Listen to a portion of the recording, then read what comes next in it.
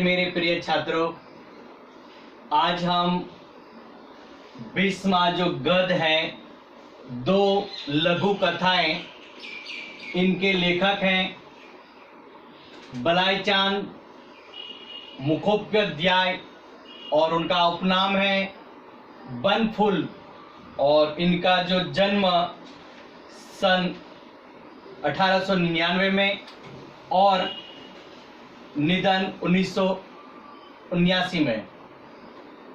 और ज़्यादातर ये लेखक हैं बंगाली के सुप्रसिद्ध लेखक के तौर पर हमारे सामने साहित्य में प्रचलित हैं।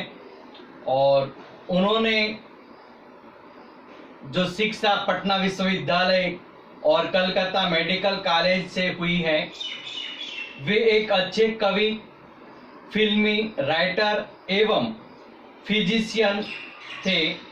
उन्होंने कविता, कहानी, उपन्यास, नाटक आदि विधाओं में उन्होंने अपना काम किया है। कई नाटकों में अभिनय भी किया गया है और भुवन सोम, होते बाजारे एवं अर्जुन पंडित जैसी फिल्मों का लेखन कार्य भी उन्होंने किया है। और उन्होंने फिल्म फेयर अवार्ड से भी उनको सम्मानित किया गया है। उनको विभिन्न राष्ट्रीय सम्मानों से भी सम्मानित किया गया है। और उन्होंने अपनी इस साहित्य में, हमारे जो पाठ्य पुस्तक में दो कथा यानी कि लघु कथाएं जो यहाँ पर दो हैं, यानी कि फर्क एवं आत्म मंथन की बात यहाँ पर उन्होंने बताई गई है। और सबसे पहले मैं जो फर्क है उनकी बात यहाँ पे करूँ तो इस तरह से है कि उस दिन उनके मन में इच्छा हुई कि भारत और पाक यानी कि पाकिस्तान के बीच की सीमा रेखा यानी सरहद को देखा जाए। जो कभी एक देश था वह अब दो होकर कैसा लगता है। यानी कि एक समय ऐसा था कि जो दोनों देशों की एक ही सीमा रेखा यानी सरहद थी, लेकिन आज दो भागों में विभाजित हो गए हैं। दोनों देश एक दूसरे के प्रति संकल्प यानी शंका करने वाले थे। दोनों और पहरा था, यानी आपस दोनों की जो सरहद पर हमेशा पहरा यानी लगाया गया था। बीच में कुछ भूमि होती है जिस पर किसी का अधिकार नहीं होता, यानी कुछ ऐसी भूमि है, जगह है जहाँ पे किसी का अधिकार होता नहीं है। दोनों उस पर खड़े हो सकते हैं, वह वही खड़ा था और जैसे थे वहां उनको खड़ा रहना पड़ता था। लेकिन अकेला नहीं था, वहां पर पत्नी थी और थे 18 सशस्त्र सैनिक और उनका कमांडर भी। दूसरे के सैनिकों के सामने वे उसे अकेला कैसे छोड़ सकते थे। यानी कि मैं अकेला नहीं था उस सरहद पर, वहां पे मेरी पत्नी भी थी और सैनिक भी थे, सशस्त्र यानी जो हथियार लेकर वहां पे तैनात थे, कमांडर भी थे। मुझे ऐसा महसूस होता कि मैं अकेला नहीं हूं। इतना ही नहीं, कमांडर के उसके कान में कहा कि उधर के सैनिक आपको चाय के लिए बुला सकते हैं। यानी कि जब ये कान में लेखक ने बताया सैनिक से कि ये जो उधर वाले जो है सैनिक, क्या आपको चाय के लिए बुलाते हैं कभी? जाएगा नहीं, पता नहीं क्या हो जाए, और जाए मान लो कि ऐसा हो गया तो क्या सा यहाँ पर जाने के लिए क्या होता है उनका कोई पता है नहीं। आपकी पत्नी साथ में है और फिर कल हमने उनके तस्कर का अर्थ है विदेशों में चोरी छिपाने वाले, जाने या वहां पहुंचाने वाले जो होते हैं, वहां पे तस्करी है, चोरी छिपे से जो वहां पर पहुंचाने के लिए माल लाने जाने का जो हमेशा तस्करी करते हैं, या वहां पर पहुंचाने वाले, उसे तस्करी मार डाले थे वहां पर। उसने उत्तर दिया, जी नहीं, मैं उधर कैसे जा सकता हूं। यानी सैनिक ने दिया कि जी नहीं, मैं उधर कैसे जा सकता हूं। और मन ही मन कहा, मुझे आप इतना मूर्ख कैसे समझते हैं। और इसने बताया कि आप मुझे ऐसे में बात मुझे बताई तो मुझे ऐसा लगता है कि आप मूर्ख हो और मुझे आप मूर्ख समझ रहे हो। मैं इंसान हूं, अपने पराये में भेद करना मैं जानता हूं। और उसे कहा कि मैं इतने मुझे मूर्ख मत समझो, मैं अपने और पराये में मुझे जो फर्क है मैं बखूबी में जानता हूं। इतना विवेक मुझ में है, और जितना विवेक इसमें है उतना मुझे भी विवेक दिखाई देता है, और मुझ में भी विवेक है। वह ये सब सोच ही रहा था कि सचमुच उधर के सैनिक वहां आ पहुंचे। रोबीले पठान थे, खड़े तपाक से हाथ मिलाया। उस दिन ईद थी, यानी कि वहां पर जो सामने वाले जो सैनिक थे पठान, जो वहां पर उनके सामने आते थे, उसी समय ईद था, तो उसने हाथ मिलाया। उन्होंने उसे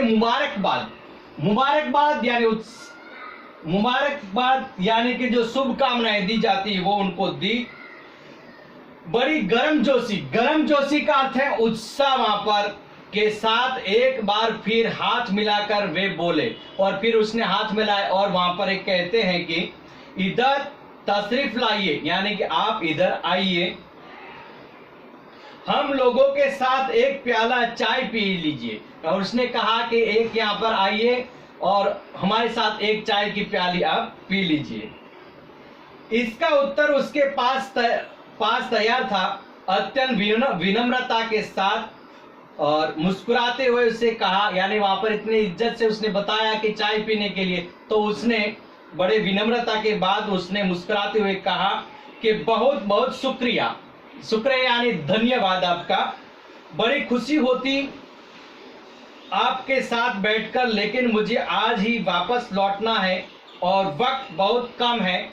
और मुझे ऐसा जो थैंक यू जो आपने शुक्रिया अदा करता है और धन्यवाद कहता है कि यदि जो मेरे पास ये खुशी का मौका है कि जो आपने मुझे बताया और बैठने का जो मुझे मौका भी आपने बोला, लेकिन जो अभी मुझे वापस लौटना है, मेरे पास समय कम है, इसलिए जो समय बहुत कम है, इसलिए आज तो माफी चाहता हूं, लेकिन आज मैं आपके माफी चाहता हूं, क्षमा चाहता हूं कि मैं यहाँ पर आपके जो बुलाने पर मैं नहीं ठहर सकता था। इस प्रकार शिष्टाचार यानी सदाचार की कुछ और बातें हुई कि पाकिस्तान की ओर से कुलाचे यानी छलांगे या चौकड़े जो है वहां पर भरता हुआ बकरियों का एक दल उसके पास से गुजरा हुआ, यानी जहां पर खड़े थे वहां पे जो बकरियों का जो एक झुंड था वो ले जाने का जो वहां पर थे, वहां पर उससे आगे से वो गुजरते हैं और भारत की सीमा में दाखिल हो गया, और उसमें समय जहां पे भारत की सीमा थी वहां पे उसके अंदर प्रवेश कर लिया। एक साथ सबने उनकी ओर देखा, और जितने भी वहां पर तैनात थे वो उनकी तरफ उनकी नजर जाती है। एक क्षण बाद उसने पूछा, ये आपकी है? उसने कहा कि ये आपका है, जो अब ये बकरियों का।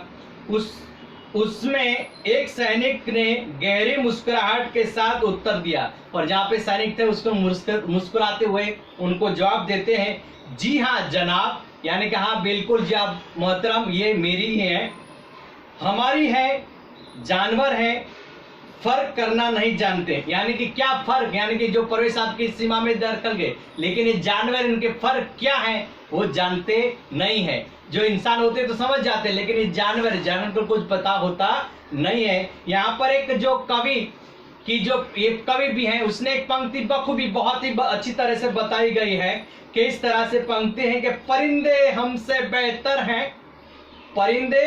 बेहतर हैं जो आपस में नहीं लड़ते, यानी कि आदमी से तो अच्छे हैं, परिंदे होते हैं जो आपस में नहीं लड़ते।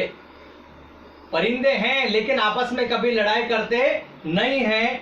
कभी मंदिर पे जा बैठे, कभी मस्जिद पे जा बैठे, यानी वे मंदिर पर भी बैठ सकता है और जाते हैं मंदिर पर भी, कभी मन करा तो मंदिर के छत पर बैठ जाते हैं और कभी मस्जिद पर भी बैठ जाते हैं परिंदे, लेकिन इंसान की तरह वो लड़ते नहीं हैं।